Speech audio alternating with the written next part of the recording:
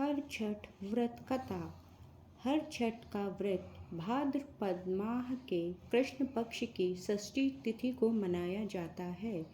यह पर्व भगवान कृष्ण के बड़े भाई बलराम जी का जन्म उत्सव के तौर पर मनाया जाता है।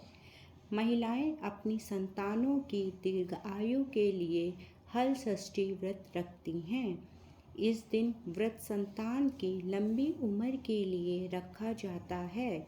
इस व्रत में महिलाएं दीवार पर पारंपरिक रूप से गोबर का छठ माता का चित्र बनाती हैं। इस दिन भगवान श्री गणेश जी और माता गौरी की पूजा करती हैं। मान्यता के अनुसार इस व्रत में इस दिन दूध, घी, सूखे मेवे, लाल चावल आदि का सेवन किया जाता है। इस दिन गाय के दूध व दही का सेवन नहीं करना चाहिए। इस दिन दोपहर बाद या शाम के समय व्रत की कथा पढ़नी चाहिए। हर छठ व्रत कथा। प्राचीन काल में एक ग्वालन थी। उसका प्रसव काल अत्यंत निकट था। एक ओर वह प्रसव से व्याकुल थी तो दूसरी ओर उसका मन गौरस अर्थात दूध दही बेचने में लगा हुआ था। उसने सोचा कि यदि प्रसव हो गया तो गौरस यूं ही पड़ा रह जाएगा। यह सोचकर उसने दूध दही के घड़े सिर पर रखे और बेचने के लिए चल दी।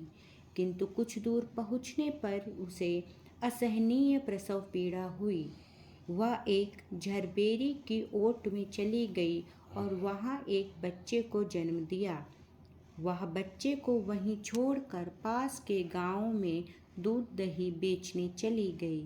संयोग से उस दिन हल षष्ठी थी।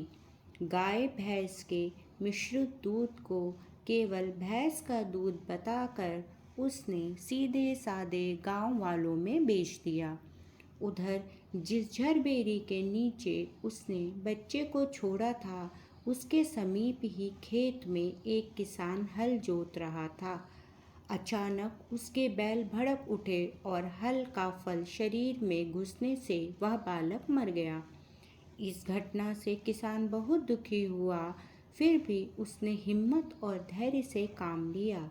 उसने झरबेरी के कांटों से ही बच्चे के चिरे हुए पेट में टाके लगाए और उसे वहीं छोड़कर चला गया। कुछ देर बाद ग्वालन दूध बेचकर वहां आ पहुंची। बच्चे की ऐसी दशा देखकर उसे समझते देर नहीं लगी कि यह सब उसके पाप की ही सजा है। वह सोचने लगी कि यदि मैंने झूठ बोलकर गाय का दूध न बेचा होता और गांव की स्त्रियों का धर्म भ्रष्ट न किया होता तो मेरे बच्चे की यह दशा न होती। अतः मुझे लौटकर सब बातें गांव वालों को बताकर पश्चाताप करना चाहिए। ऐसा निश्चय कर वह उस गांव में पहुंची जहां उसने दूध दही बेचा था। वह गली गली घूमकर अपनी करतूत और उसके फलस्वरूप मिले दंड का बखान करने लगी। तब स्त्रियों ने स्वधर्म रक्षार्थ और उस पर रहम खाकर उसे क्षमा कर दिया और आशीर्वाद दिया कि तुम्हारा पुत्र पुनः जीवित हो जाए। बहुत सी स्त्रियों द्वारा आशीर्वाद लेकर जब वह पुनः झरबेरी के नीचे पहुंची तो यह देखकर आश्चर्यचकित रह गई कि वहां उसका पुत्र जीवित अवस्था में पड़ा है। तभी उसने स्वार्थ के लिए झूठ बोलने को ब्रह्म हत्या के समान समझा और कभी झूठ न बोलने का प्रण कर लिया।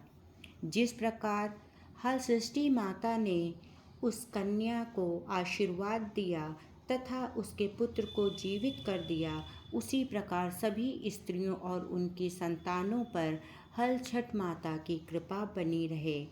बोले हर छठ माता की जय।